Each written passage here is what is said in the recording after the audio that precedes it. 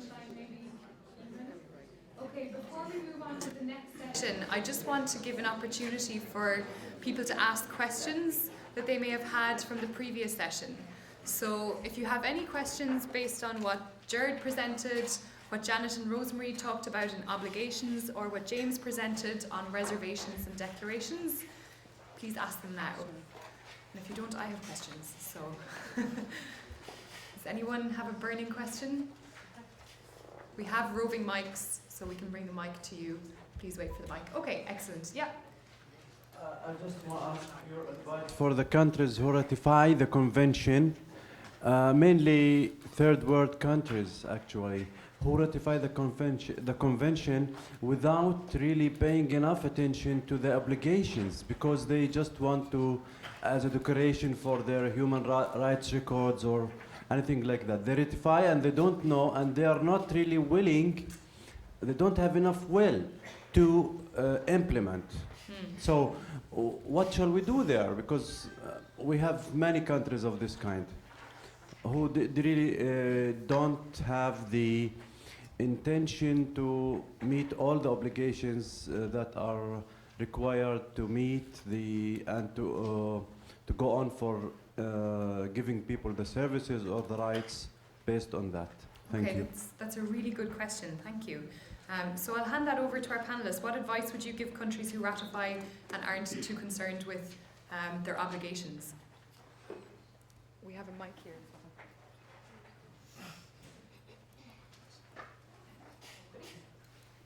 Make yourself comfortable. Thanks very much.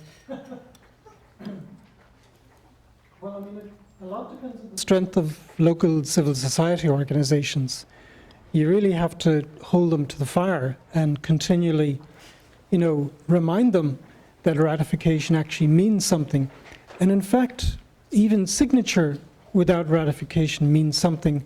I think it's part of the Vienna Convention and the Law of Treaties that when you sign, you shouldn't do anything that frustrates the achievement, the object and purpose of a convention.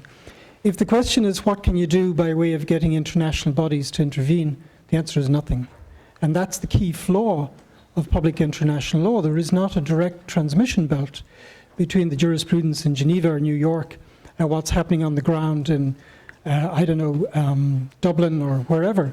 And it also depends on the strength of your local national human rights institution, if you have one. And if you don't have one, then that ought to be a strategic priority in setting one up, because they are responsible not merely for reality checking of the government, but for encouraging ratification without reservations. So unfortunately, it's not a very clear or direct answer, maybe even not helpful, but that's the only answer I can think of. Anyone else have anything to add? Oh, we have another question. Okay. Thank you. My name is Ranveig and I'm from Iceland, one of the 3 European countries who have not ratified, sorry to say. I wanted to add to that comment from the gentleman. We have another similar problem, but from a different point of view, from some highly developed countries, which really arrogantly say, we don't need to do anything. We are doing it all. Look how great we are. And when you look closely, they're not that great. I mean, they may be sort of better than many other countries, but there is a lot of improvement and change that needs to be done, because they are providing the same traditional services that really do not meet the needs of people. But they're doing it a bit better than those who are not, than others. But so how do you have a suggestion on how you deal with those countries? What strategies should we use?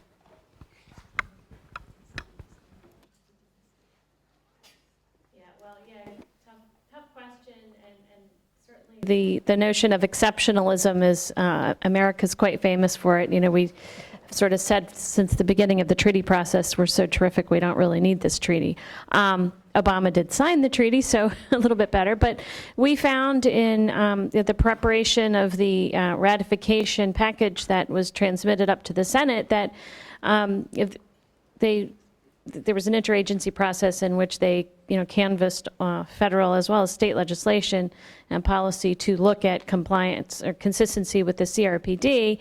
And of course, the position that is important to take in the United States is as much as possible to show that we've already achieved compliance with the CRPD, because having to do a whole lot of law reform makes ratification almost an impossibility.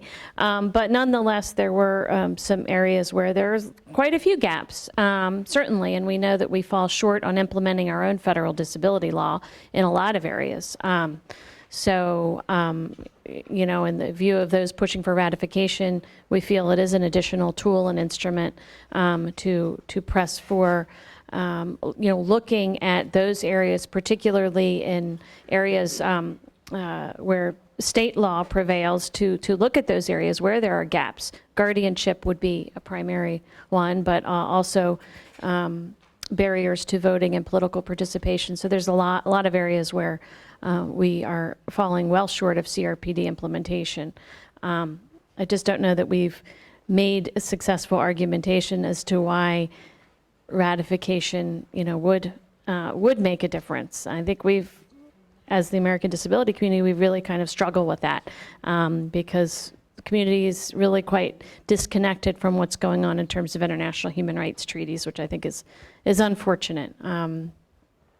So you raise a good point, and I don't have a great answer for it. Ziad's point is also very well taken, that on the other hand, we have countries that ratify without taking any kind of assessment of their own legal framework and without undertaking measures. But then, as Gerard said, the task there is for civil society organizations to take that act of ratification and hold states accountable, and to utilize the enforcement mechanisms, weak though they are, of the CRPD or engaging with national human rights institutions. But that's, so we have problems all the way around. States that are reluctant to ratify until they feel they have achieved full compliance. There's plenty of states who have that, laudable aim, but that might slow down the ratification process. And on the other hand, states that are quite happy to ratify without taking those implementation steps first.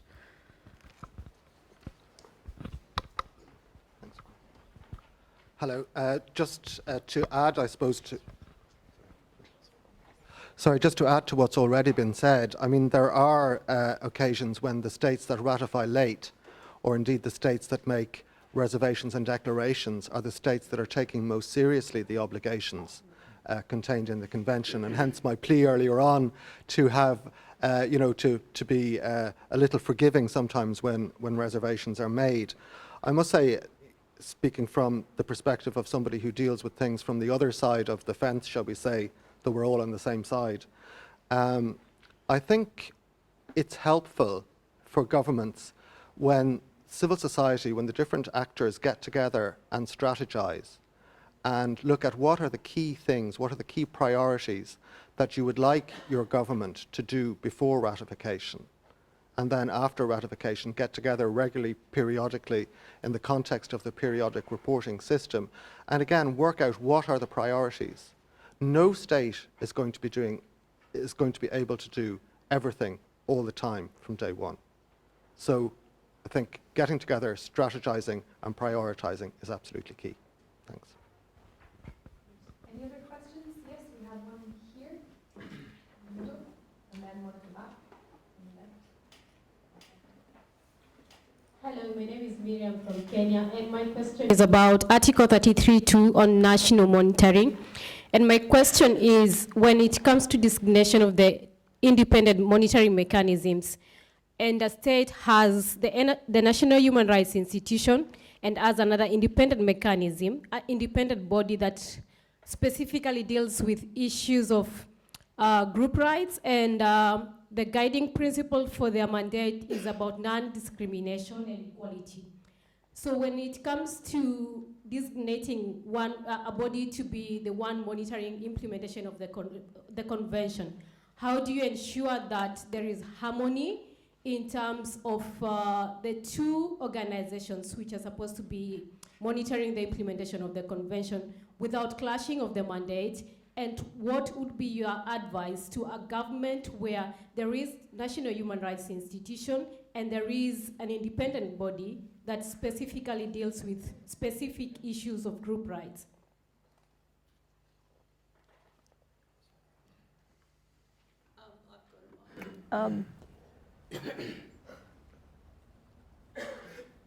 It begs a question about whether there's a rational reason for them to be separated and why the National Human Rights Institution is not the independent monitoring body in the first place.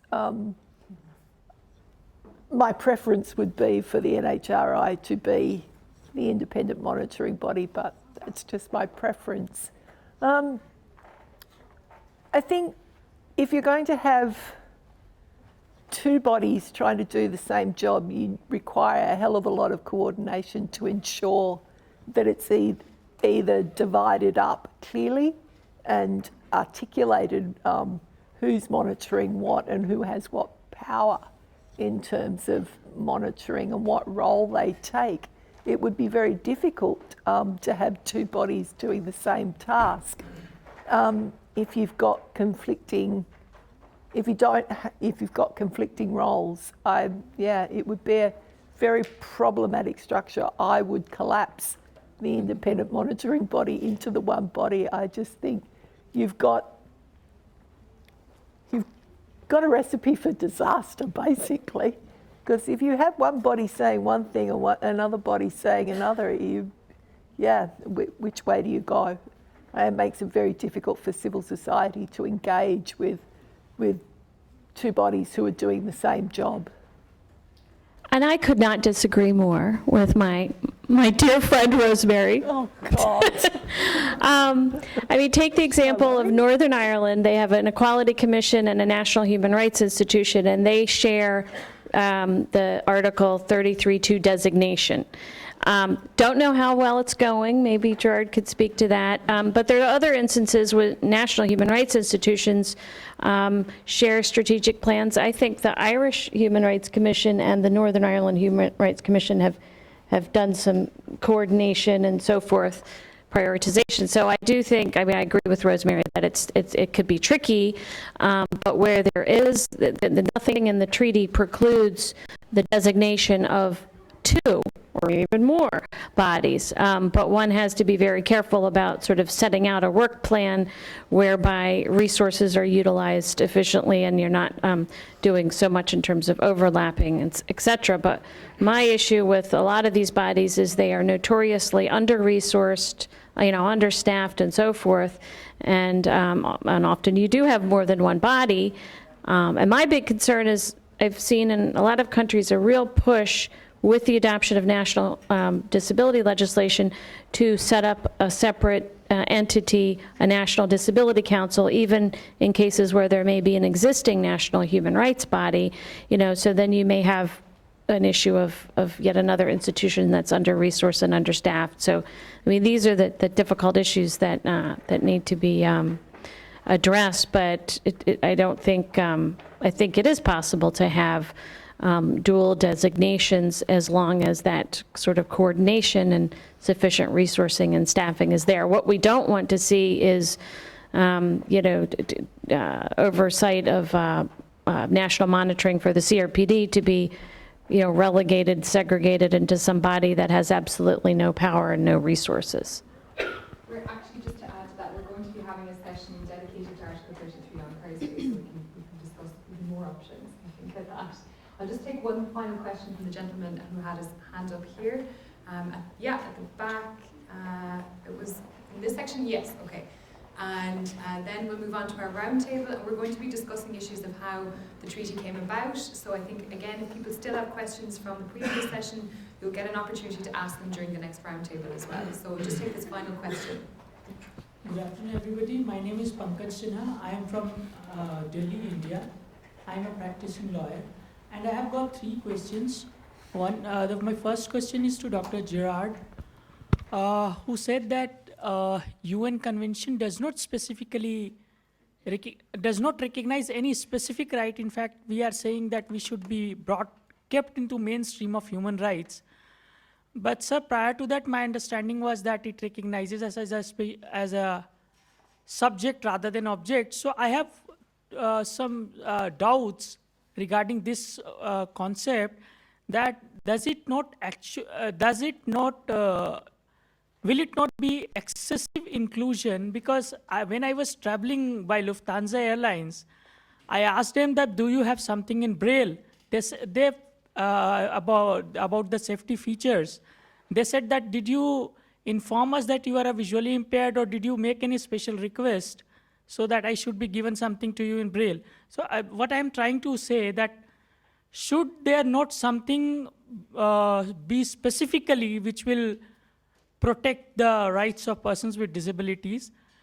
And as you also said that you also focused on engagement of civil societies.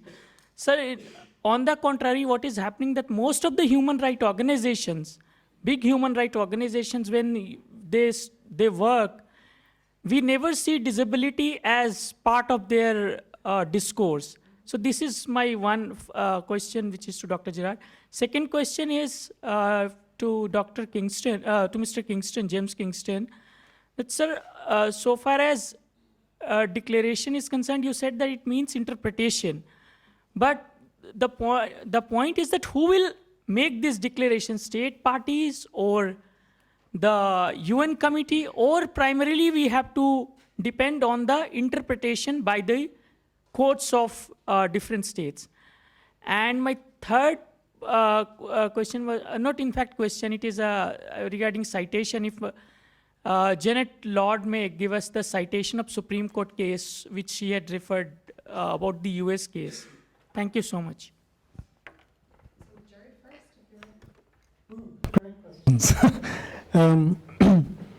You're absolutely right that we do need specific obligations that speak directly to the separate circumstances of people with disabilities to give this life. And we knew that, everybody knew that. And what we struggled with is to put on top of these more specific granular obligations a general chapeau or a general heading that was clearly and fairly, derived from widely recognized human rights. And I think in the vast majority of instances, we did manage to put together both that chapeau as well as a credible intellectual argument for why the particular obligations made sense within a human rights framework, although sometimes when you looked at it, it seemed to lack precedent in other international human rights instruments. One of them, for example, was the right to rehabilitation, which appears in no other international instrument, but it does appear in one, and that's the Council of Europe Treaty on Economic, Social and Cultural Rights. So at the end of the day, we could always come back to the table and say, actually, you're wrong. This is embedded elsewhere, and therefore it is acknowledged by the international community as being a credible human right. Okay, we're stretching the logic a bit, but nevertheless, it's within the human rights framework. And it was important not to let go that umbilical link, because the instant you start arguing for special rights, you're finished. And the government will turn that against you down the road and say, you're not interested in justice or human rights, you're interested in special rights. Why should we treat you any different to farmers or commercial enterprises and so forth? Okay, sometimes the argumentation was tenuous, but most of the time I think we succeeded. The second part of that question was, what about human rights organizations and why aren't they taking on board disability issues? I have to say, when we did the study 12 years ago, was it 12, 14 years ago, we did a survey of international human rights organizations and DPOs, and we asked DPOs about their interaction with mainstream human rights communities. We could not publish the results because it was so libelous, you just couldn't believe it. But what's happened, I think, after the convention is a lot of the mainstream human rights groups, for example, Human Rights Watch, now have a fully embedded mainstream program on disability rights. So I wouldn't be as pessimistic on that, because that's a thing that evolves. and it grows in time as the penny drops, basically, but sometimes it takes a while for the penny drop in international human rights organizations. I'll get the citation up, and we'll get that Bond U.S. Supreme Court case up on the Dropbox. There's a question to James, I think, as well. Sorry, Declarations, I believe. Yeah. yeah, no, absolutely. It was a very pertinent question, and I go into it in a little bit more detail in the paper. So the question was, who decides whether or not a declaration is acceptable? Is it the other states' parties, is it treaty monitoring bodies, or is it the courts? And the answer really is all three. Other states' parties can make clear their view of a state's declaration by means of an objection-type procedure.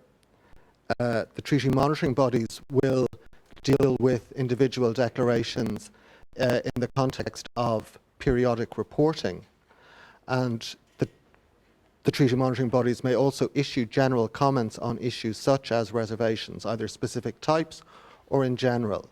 Now, and again, I reference this in the paper, the UN Human Rights Committee, which monitors the International Covenant on Civil and Political Rights, about 20 years ago in what's called General Comment 24, tried to get for itself the primary role in determining whether or not reservations or declarations are acceptable. And they said that they could sever a reservation or declaration from an instrument of ratification and say that a state is party to the treaty without the benefit of the reservation or declaration. But states don't accept that as being the correct view.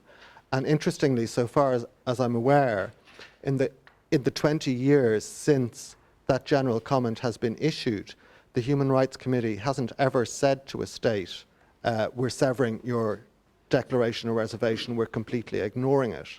What they say instead is, please justify it, please consider your position, please continue to review it, withdraw it if you can, or modify it. So the treaty monitoring bodies have a very important role to play, but they are not the only people who can decide. Courts, both domestic and international, may also have a role to play. Depending on the domestic legal system of any particular state's party, the domestic courts may have a greater or lesser role. And the role of the courts may also depend on the nature of the right. Jared has talked earlier about economic, social and cultural rights, which tend to be more programmatic and tend to be regarded as less justiciable. And in very limited circumstances, international courts may be able to give a binding interpretation to states' parties. So sorry if that answer isn't very clear, but I think it reflects the sort of the complex and decentralized nature of public international law. The correct answer to your question is all three of those bodies and people have a role to play. Thank you. Thanks. Okay, I hope you'll join me in thanking our speakers from the first session for taking the questions now. And then we'll move on to our next session, which is going to be a roundtable. And I'll just introduce the two new speakers to the roundtable who you haven't met before this morning. We have joining us for this roundtable Steve Estey and Gábor Gombos. And Steve is an independent consultant on disability rights. He has also been the Human Rights Officer at Disabled Peoples International and has also been the advisor to Canada's official delegation to the UN during the drafting session of the CRPD. Gábor is a world-renowned disability rights defender, and he has a position as an adjunct professor at both NALSAR Law University in Hyderabad, India, and also here at the Centre for Disability Law and Policy in NUI Galway. Gábor has also been the chair of the European Network of Ex-Users and Survivors of Psychiatry and the co-chair of the World Network of Users and Survivors of Psychiatry, and has also been extensively involved in the negotiation of the CRPD. Now, I know that there may be other people in the room who aren't up here on this panel who also have been involved in the negotiations, and I would really welcome your insights and input into this, what I hope will be an interactive roundtable discussion. Jared, I don't know why you're sitting over there. We're going to need you in a minute. So, I had imagined just quite an open discussion, but I have thought of a couple of questions that I would like to pose to our panellists. And cleverly, Janet, Rosemary and Steve have worked together to develop a PowerPoint which will hopefully answer all of my questions. But I think the idea is that I'll just pose these questions now at the outset. I'll let you present your ideas, and if you can, at the relevant points, pass back and forward to the other members of the panel for their insights on the different debates, turning points, challenges and strategies. So these are the questions I thought of that I wanted to ask for the roundtable. The first one is, what was the aha moment when you knew that a convention might be possible and was going to happen? And people have different stories about what that moment was, so I'll be interested to hear them. We've heard a lot about this slogan, "Nothing about us without us," as the motto of the convention, and the reinforcing the drafting process and how inclusive that was of people with disabilities. But of course, people with disabilities are not just one homogenous group. People have lots of other identities, and the intersection of these identities and people's experiences make for a really interesting debate and sometimes tensions. So what were the tensions within the disabled people's movement about key issues and how they were going to be articulated in the convention? And can you tell us maybe a little bit about how those tensions got resolved? My third question refers back to what Jared talked about at the beginning of today, which were these constructive ambiguities in the text. So what do you think are the most important vague parts of the text that were left deliberately vague in order to achieve some sort of international consensus or compromise? And how do you think those have been interpreted since the convention was adopted? Has it gone the way that you've expected? And then just finally, and this is similar to a previous question but slightly different, was there ever a moment where you thought the convention would fail? And what was that, and how did you get past that? So, with that, I'll hand over to Janet, I think, to start the presentation.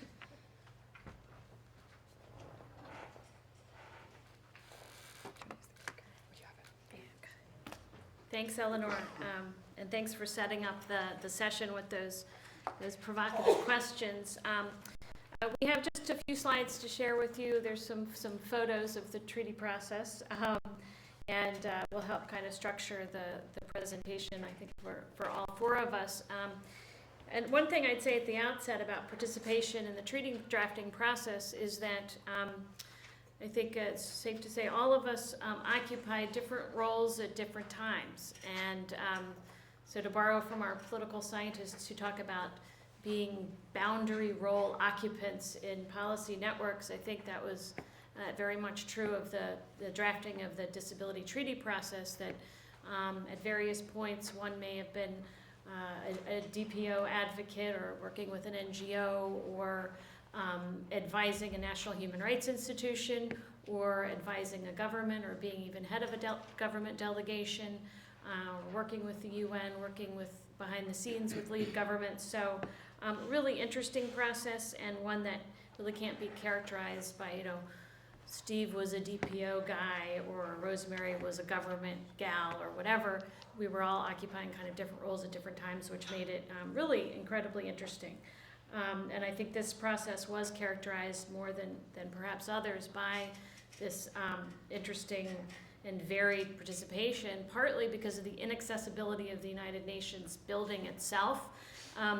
It allowed us to all be kind of interspersed among government delegates because we couldn't all be relegated to the steps of the sort of public gallery or NGO area, because that was not accessible to folks using wheelchairs, etc. So we were kind of all over the place, which ended up being incredibly useful for lobbying government delegates, etc.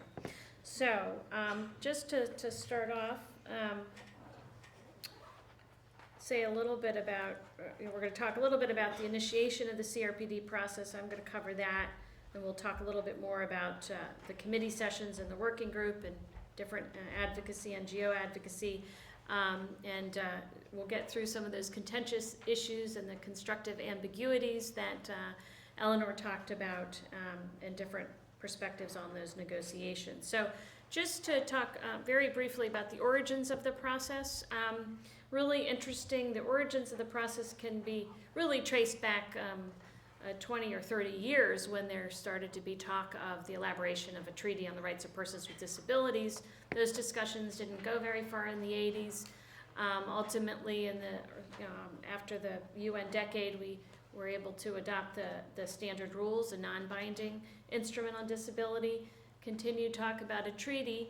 And then some expert groups were convened by the UN Disability Program in the late 90s, where again there was talk of the need for elaborating a treaty on the rights of persons with disabilities.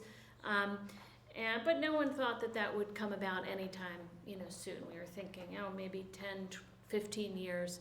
And then lo and behold, Mexico, really on its own initiative, at the September Durban Racism Conference in South Africa, introduced language into that platform of action, inviting the UN General Assembly to consider elaborating a convention to protect and promote the rights and dignity of disabled people. So they used very creatively that platform at the Racism Conference to get in some language about looking at establishing a process to negotiate a treaty. They followed that up with the introduction of a UN General Assembly in 2001, which was adopted. And the mandate of that committee was to consider proposals for a convention on the rights of persons with disabilities in the fields of social development, human rights, non-discrimination. And by that time, Mexico had garnered the support of a number of other countries to co-sponsor that resolution. And the sort of backstory behind that was that there was a presidential candidate in Mexico who was a very active member of the disability community. He himself was a guy with a disability who ended up attending the Durban conference and then was working very closely within the Fox administration and was very actively promoting Mexico's work at the international level. And Mexico really drove that early process and used its diplomatic missions around the world to garner support for the elaboration of a treaty. But that really it surprised everyone, surprised the disability community. Nobody really expected that to come about. So we were all kind of scratching our heads, and some of us who had worked in the context of the landmines treaty started kind of chatting. I remember some early conference calls where I was on with Steve Estey and some other folks who had participated in the mine ban treaty process, and we started talking about, well, what are we going to do? We weren't prepared for this. We weren't ready for it. How on earth are we going to sort of get our acts together to be able to support this process? So we started with some conference calls, email outreach. One thing we did was reached out to treaty advocacy experts who had worked on other treaties, environmental treaties, the Landmines Treaty, of course, the Framework Convention on Tobacco Control. So we went around chatting with folks who had participated in those successful treaty processes to ask them what did they do, what tactics did they use, how did they ensure NGO participation in these processes as a way to kind of prepare ourselves for this crazy process. And we borrowed the tactics from some of these other groups. So early on in the treaty process, we introduced a daily bulletin, which was kind of an advocacy platform. And we adopted the approach of environmental groups and put out a negotiation summary of everything that happened officially on the floor.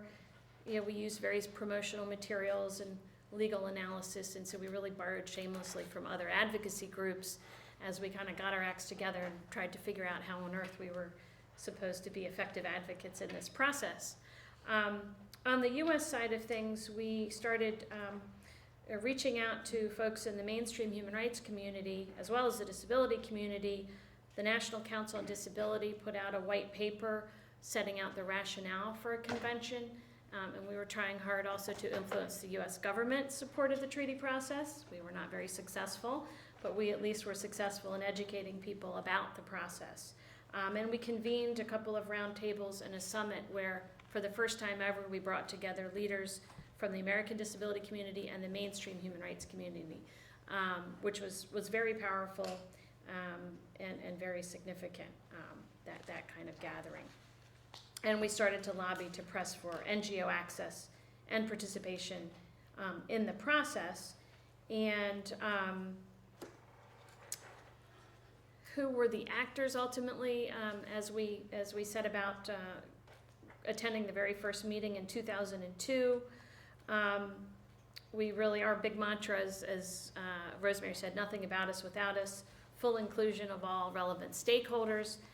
So we had UN member states, of course, UN observers, different UN bodies and organizations, UN DESA, regional integration organizations, the Special Rapporteur on Disability, national human rights institutions, the first core human rights treaty process where NHRIs were really major actors in the process. And of course, non-governmental organizations, not only those ECOSOC accredited groups, the big membership organizations, but at that time there were only 7 of them. So there was the realization that for broad NGO participation, DPO participation to happen, we needed to have a separate accreditation process to ensure that the wide variety of groups from around the world would actually have access to the process. So that was really our first lobbying effort. And then I've got up on the screen the NGO room, very, very crowded, with advocates working together. We ultimately had to move out to a much bigger conference room in order to convene our NGO meetings. At the beginning, there were about 30 NGOs present. By the end of the process, there were 800 NGO representatives registered to participate in the process. So we definitely succeeded in having a diversity of participation. So I'm going to hand it over now to Steve. Yeah.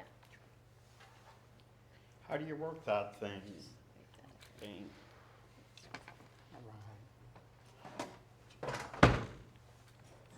Thanks, Janet.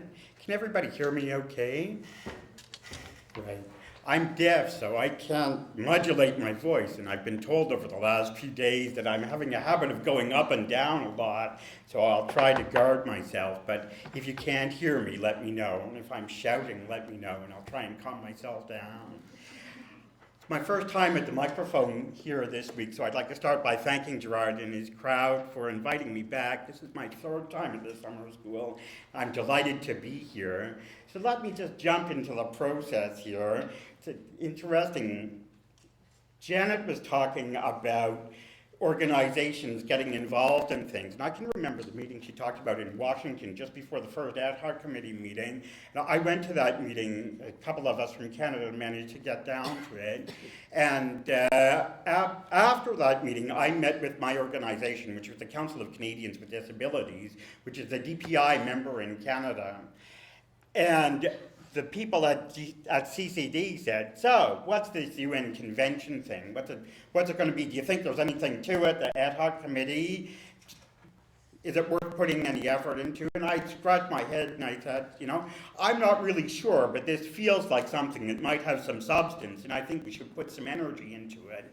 Said, okay, we'll see if we can get some money to send you to the first meeting, and we'll see what goes from there. So I want to talk to you for a couple of minutes about the process of those meetings, and then we'll turn it over to Rosemary to talk about some of the more difficult aspects of the negotiation and so on. So there are 8 sessions of the ad hoc committee in total from 2002 to 2006. The first meeting was in July of 2002, and it was really, that meeting was talking about whether or not we should have a convention or we shouldn't have a convention. There were, as it says on the screen, various attempts to kill the process, and I won't be shy about admitting that my own fine country, Canada, was certainly involved in a number of those initiatives. I think that the Canadians went into the process in 2002 very much of the view that they didn't want to have a convention, they didn't want to see the investment of resources and so on attached to that, and they sent people there with the express view of trying to get it off the rails. So my participation was from the civil society side at that side, trying to push the government to support the initiative. We came back a year later and still hadn't really decided whether we were going to go forward or not. We talked for another couple of weeks. The key thing for me at that second meeting was the decision to create a working group. And that working group was charged with doing a first draft of the convention. So really what you have is, in terms, Eleanor, of your question about the aha moment, for me, that was the aha moment, because we stopped talking about whether we should have a convention or whether we shouldn't have a convention. We started talking about doing a draft of the convention, and then, of course, you're a room full of lawyers and you've got something drafted, then they're going to go forward with it. You know that's going to happen. So I stopped worrying about whether or not we were going to do it at that time and started to worry about what it was actually going to look like.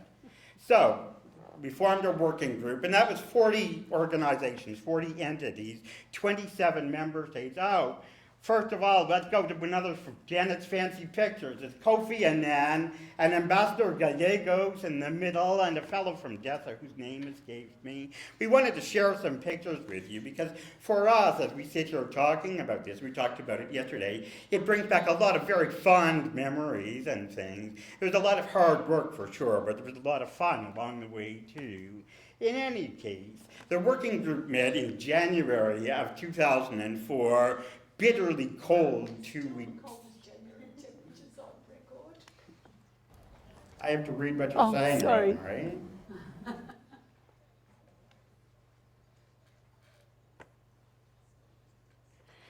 The coldest January on record? Well, for me as a Canadian boy, it wasn't so bad.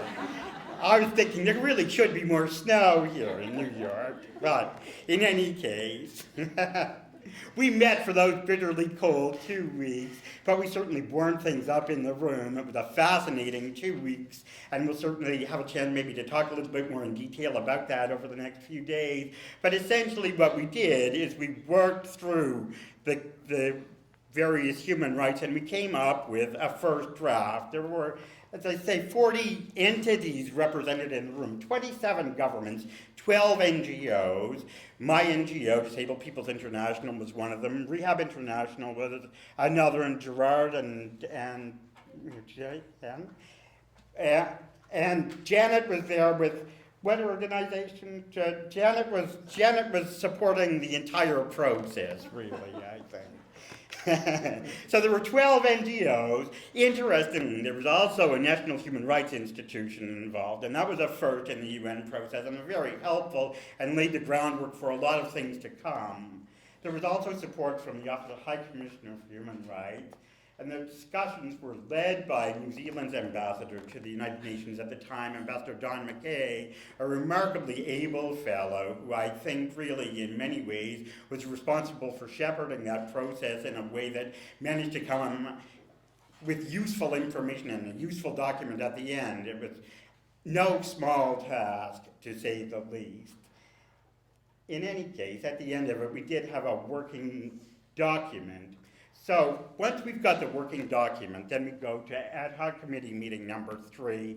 And I want to go quickly through this because from 2004, May 2004, the ad hoc committee meeting number 4, decided to set aside at that meeting discussions around definition, monitoring, and final provisions because they were very difficult things. We wanted to try and build some momentum to the process. So we looked at other articles, and we took the working group draft, and each delegation, we went through it step by step, and each delegation commented, and so on. We tried to achieve better consensus around the language that was presented in each of the provisions, produced a compilation of amendments document at the end, and then the ad hoc committee meeting in August of 2004, so at the end of the summer, we had another meeting, and what happened in between that is member states and organizations went back to their home capitals, their countries, and thought carefully about the document, about the convention, and came back with proposals for improvement, proposals for clarification, and so on. We met in August of 2004, came up with another draft, then went back to our homes and did the same thing again. And between that time in January of 2005, and again we came to New York in August of 2005. So what happens each time? You have a new draft and you go back to your country after the draft and you consult with various entities in your country and come back with proposals for improvement and clarification on the draft. it notes here that in August of 2005, Ambassador McKay became the chair of the ad hoc committee. He was the fellow, you'll recall, who chaired the working group. And Ambassador McKay was brought in to chair the ad hoc committee, I think because there was a concern that perhaps it wasn't as effectively, moving as effectively as it could. And Ambassador McKay offered to help, and I think that it's fair to say that there was a large majority of people that were quite pleased with his offer to help and quite pleased that he decided to move forward. So he issued a chair's text in October of 2005 that was the basis of from the outcome of the meeting in August of 2005. And then in January of 2006, we came back together for ad hoc committee number 7, the penultimate meeting of the ad hoc committee. And by that time, there were many, many organizations involved. And I'm mindful of time here, so I don't want to get too bogged down in details. But what we did at these last meetings was fine-tune the text of the convention, and I'm just reading here, it said focused on, the last meeting focused on final issues and reaching agreement on substantive text in August of 2006. And I want to quickly go through these. So that's the process in a nutshell. And I wanted to talk to you, okay, we haven't got the right slide that I thought we had here. Okay, that's all right, no problem. I wanted to talk to you a little bit about what NGOs did during this process, because as Janet said, we were all involved in a variety of different ways. I was working as a staff person for Disabled Peoples International, so I was trying to help draft DPI's interventions on the floor of the ad hoc committee, but I was also involved as an advisor at the Canadian government delegation. So I would sit for part of the day with the Canadian government delegation and then sit for another part of the day with DPI and go through the meetings of that organization to come up with our interventions and so on.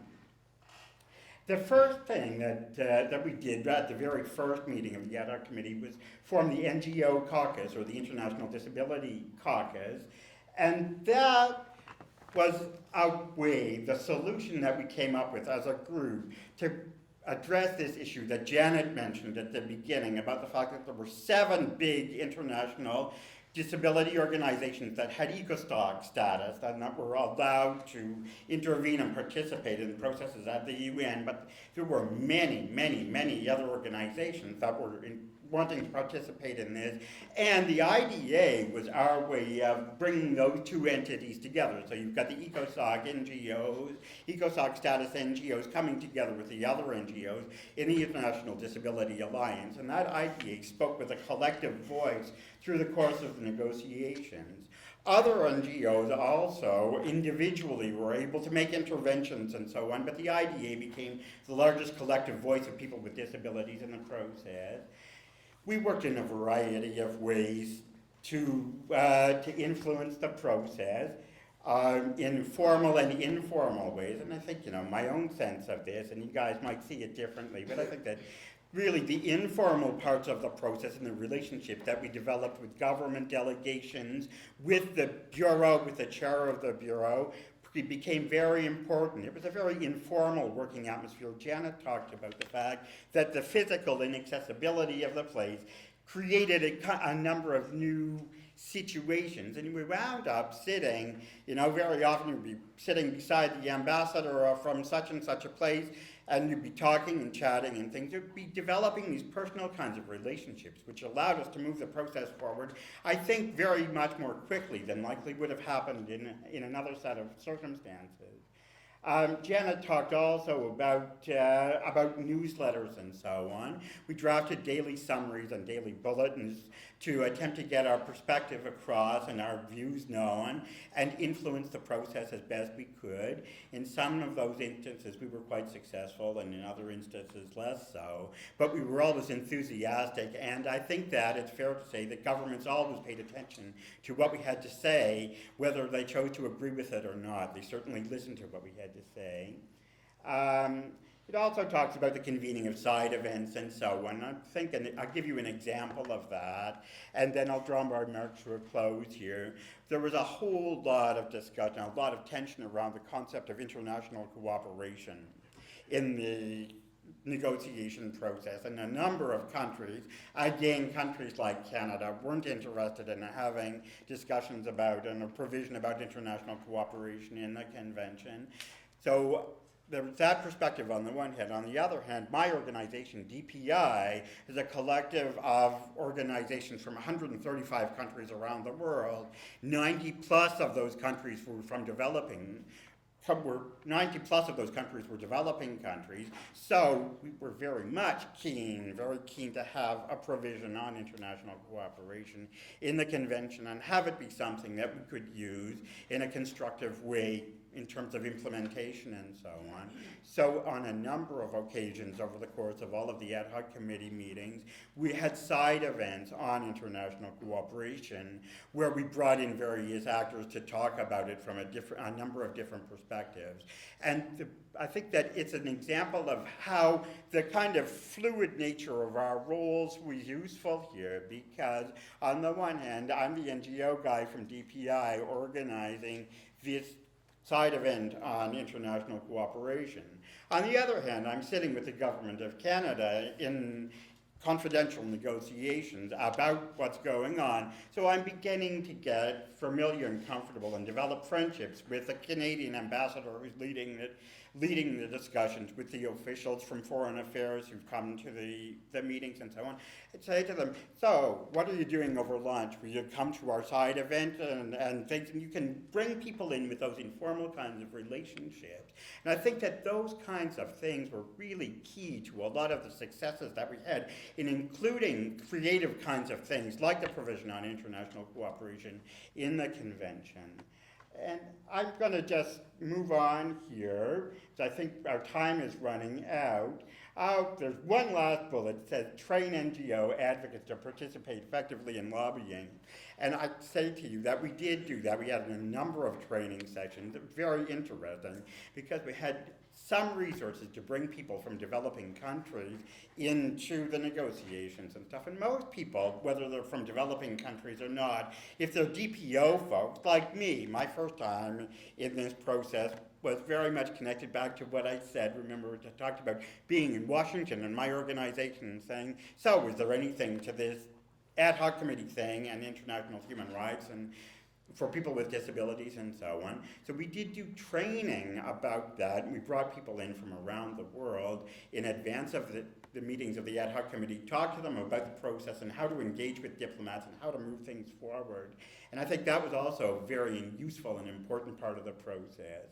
So, I'm not sure where we're going with this PowerPoint. Oh, we have a picture of Janet, myself, and our friend Kathy Guernsey when we were much younger, and I think Janet wanted to be sure to slip that in. So I'm going to pass it over to you, Rosemary, to talk. Oh, more photos. Okay. To talk about contentious negotiation issues.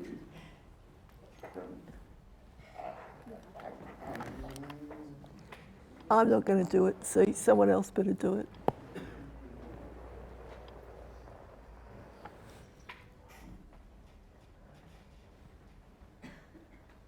Oh, okay. Contentious issues started from the word go. I mean, as everyone has indicated, many governments went to the first meeting not wanting a convention. Steve's come out of the closet and said that Canada was one of them. Well, my country was one of them as well. Australia opposed the idea of a convention, and if we were to have a convention, wanted a very strict non-discrimination model, very much like the International Convention on the Elimination of Racial Discrimination, which basically just establishes racial discrimination and applies it to all human rights and fundamental freedoms. So there was this tension between social development or ESCR rights and non-discrimination or human rights approaches to treaties.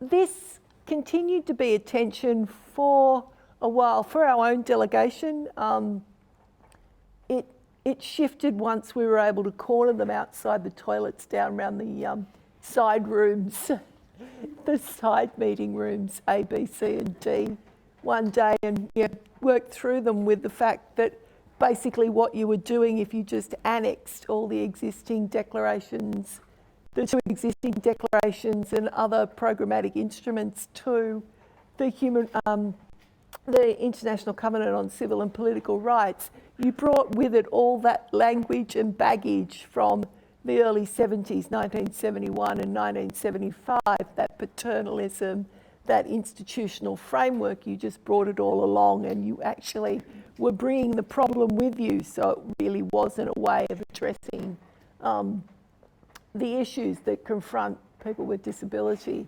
So once we got our own government's delegation past that point, we could see the light of day in terms of them seeing the benefit for it being a thematic convention rather than some weird annexing of the older declarations onto ICCPR.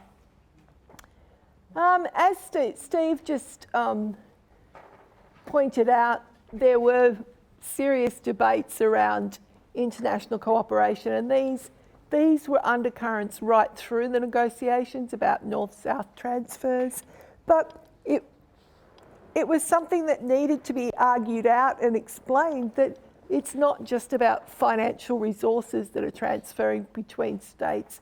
It is also about knowledge and technical resources, and that it wasn't just a one-way street, and that it could be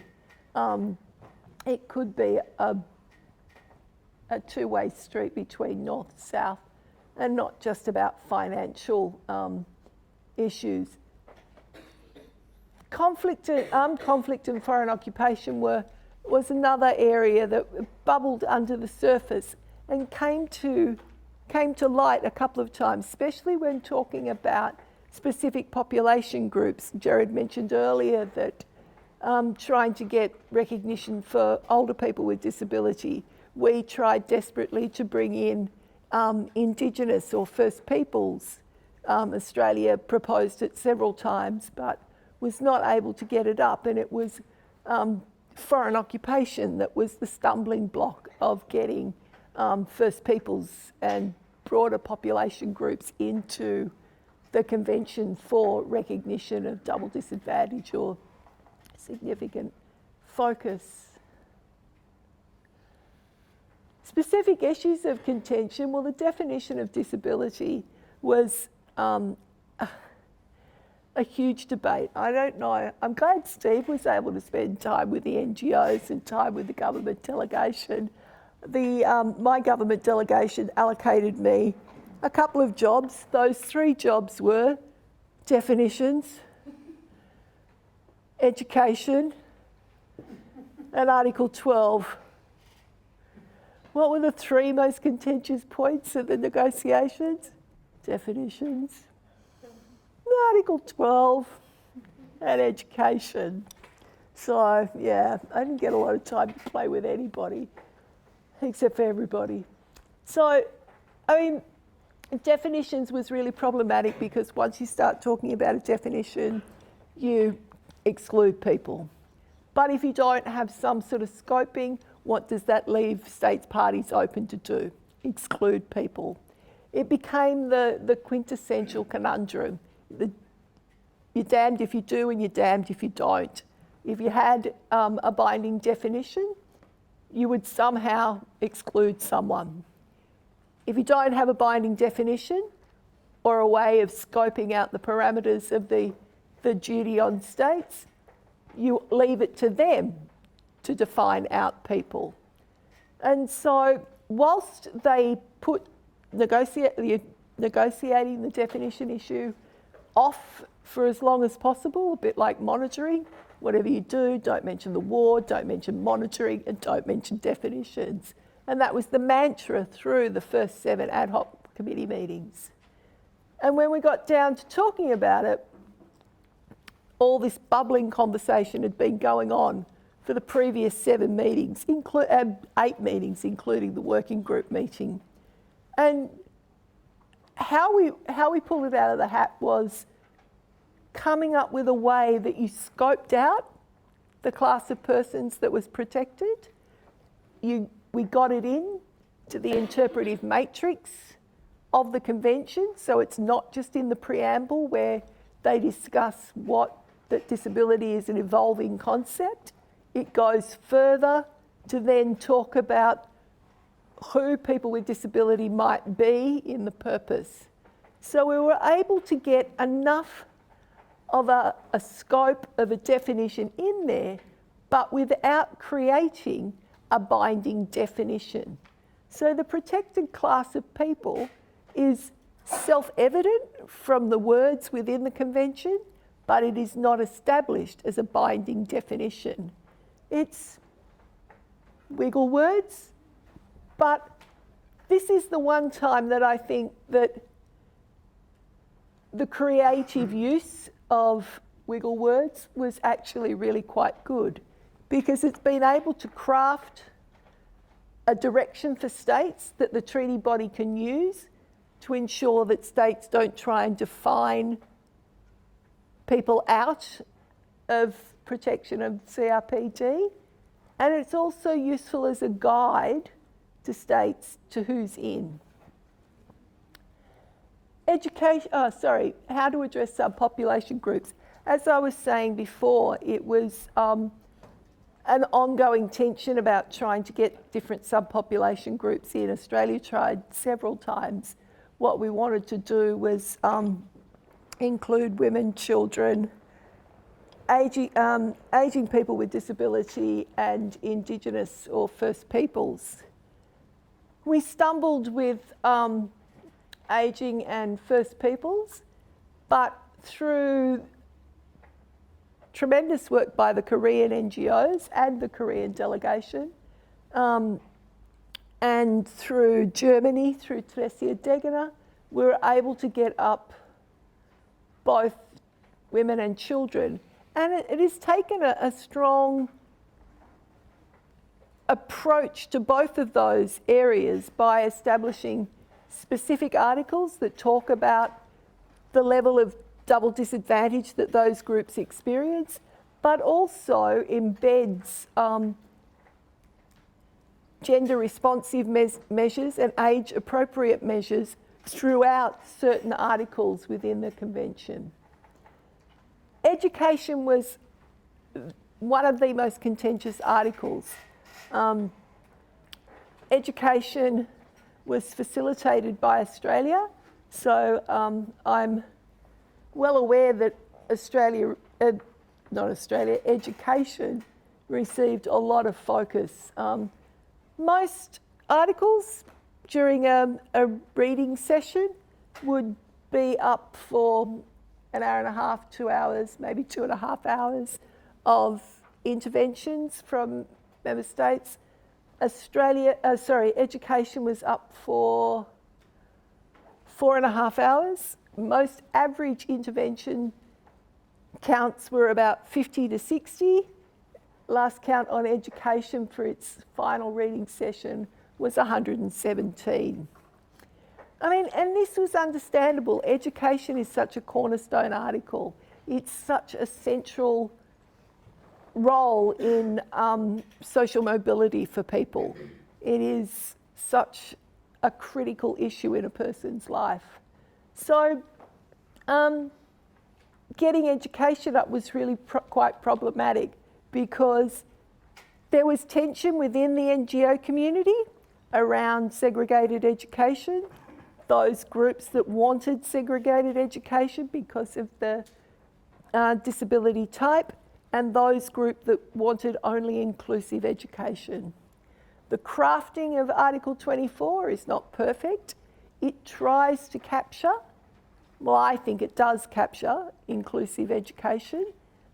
It would be difficult to see how one could argue that it doesn't capture inclusive education. But the treaty body, it's now in the hands of the treaty body. And that's like other areas of contention, and I'm sure Gábor will speak to the last point in terms of legal capacity. So I'll just leave it there and hand over to Gábor. Thank you very much, Rosemary. I really enjoyed listening to colleagues and their recollections. Indeed, legal capacity was one of the most contentious issues. And tomorrow we will have a session devoted to that. So I will address that part then. I make an effort to briefly answer Eleanor's questions. This is the advantage and disadvantage when you are not prepared with a PowerPoint. I can address on the questions. The aha moment for me was the same as for Steve. At the end of the second session, you know, in the UN, time is taken sometimes seriously, sometimes not. If a meeting is supposed to start at 10, you can be sure it never starts before 10:30. But you can also be sure that the interpreters end their working day at 6 p.m. exactly. And without interpretation, it is very difficult, even when all the negotiators speak a common language. The second session reached the last day and 6 p.m. And still there were two countries who did not join the consensus on going for a convention, on establishing the working group about which you heard from colleagues. And then the special rapporteur on torture had a very, very difficult task to do. She had to talk. She had something to say, but everybody was really anxious about whether the two countries insist their objection or allow the process going on.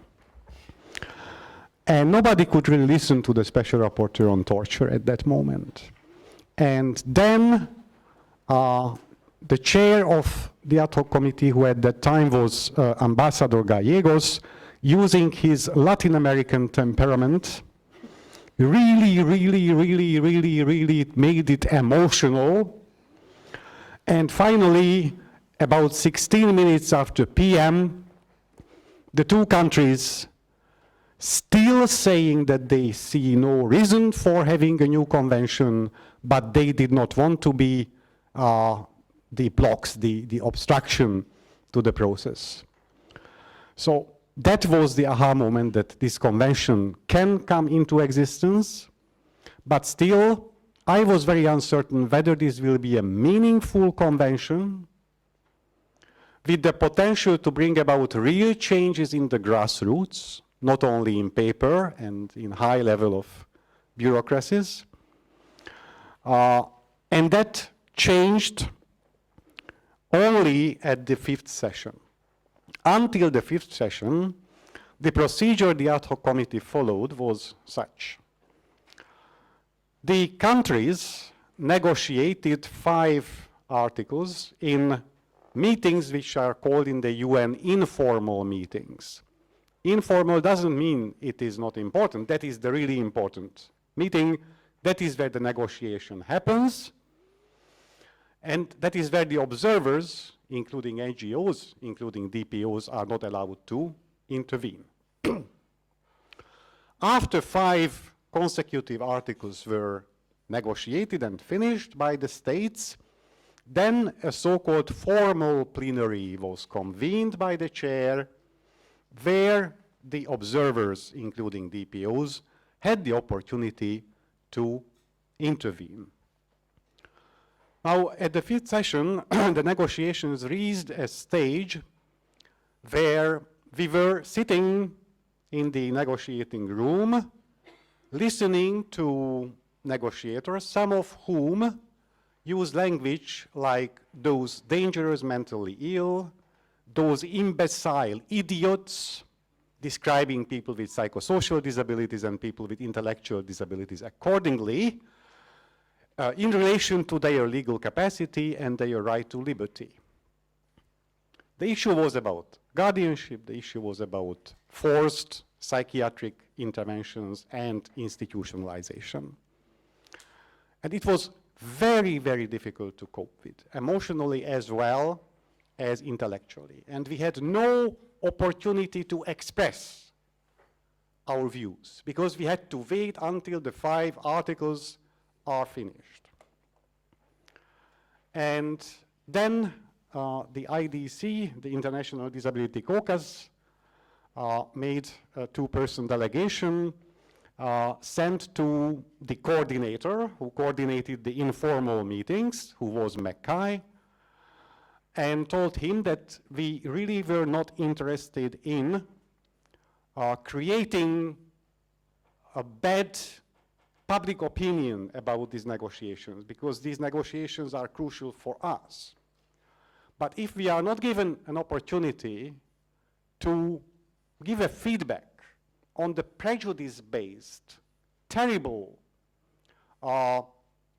human rights questioning approach of some of the states regarding people with intellectual disabilities and psychosocial disabilities in particular, but in the end of the day, all people with disabilities, then we have no other opportunity than convene a press conference and make the word public that under the motto of nothing about us without us, we had to sit there silently. Mackay understood it immediately, and he called the chair, Ambassador Gallegos, to convene a formal plenary before the 5 articles are completed.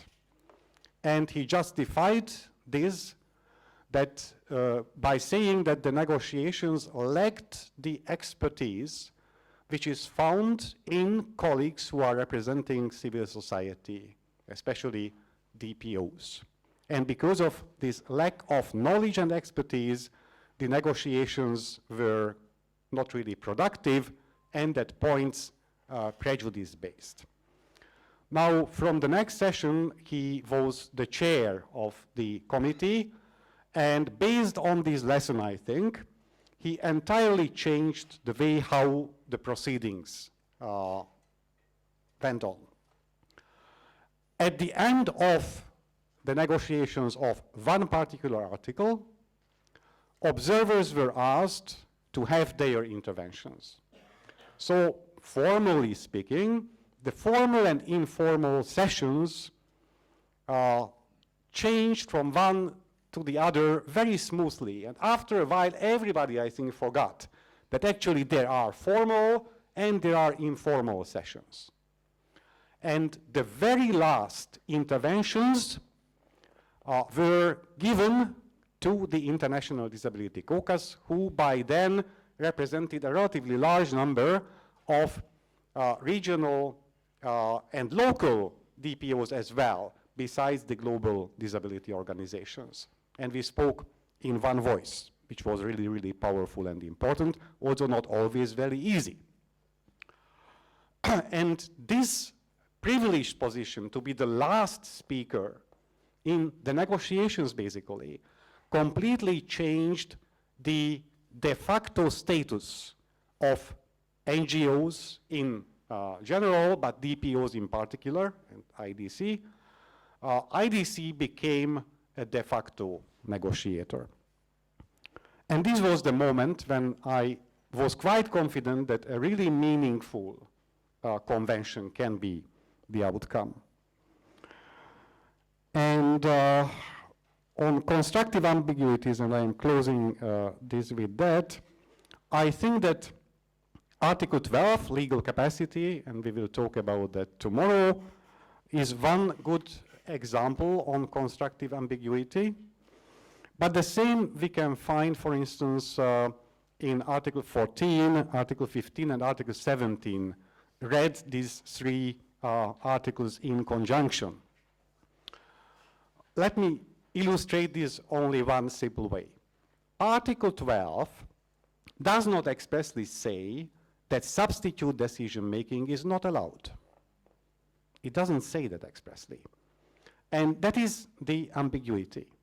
Now, whether it's constructive or not, I think now we have a historic perspective, a little, to say that yes, it was a constructive one.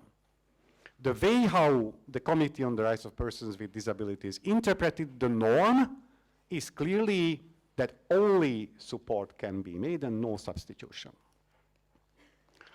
So in that sense, it was really constructive. It resulted in a constructive paradigm shift, but it is not there yet at the country level. Still much work needs to be done.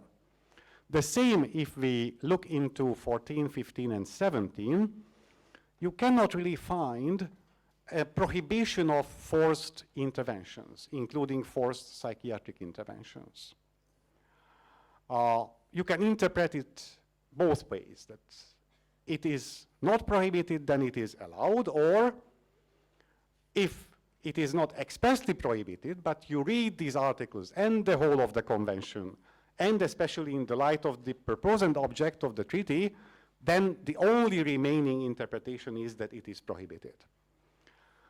Again, I think the CRPD committee jurisprudence shows that it was a constructive sort of ambiguity. And it also demonstrates something which we can call the power of silence. If in the negotiations you cannot get a very good express language on something, then sometimes it is better to be silent. Wittgenstein, the philosopher, said already, say about things you have words about and be silent when you have no words. Thank you so much, Gábor. I have loads of questions, and I'm sure you all do as well. So I think the fairest thing to do is to have more time for questions, which we don't have now because we've come to the end of this session. So if it's okay with everyone, if we could just break for lunch now and be back here promptly at 2:30. We'll take some questions from the panel then, and then we'll move on to our keynote speaker, Amita Dhanda, and a response from Donald Toolan, and then we'll have the rest of the programme. So thanks very much to all of our speakers.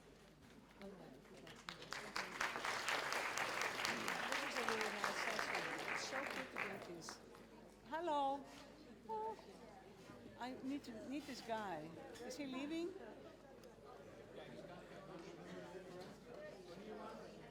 Oh, I just wanted to try to use the lunch break.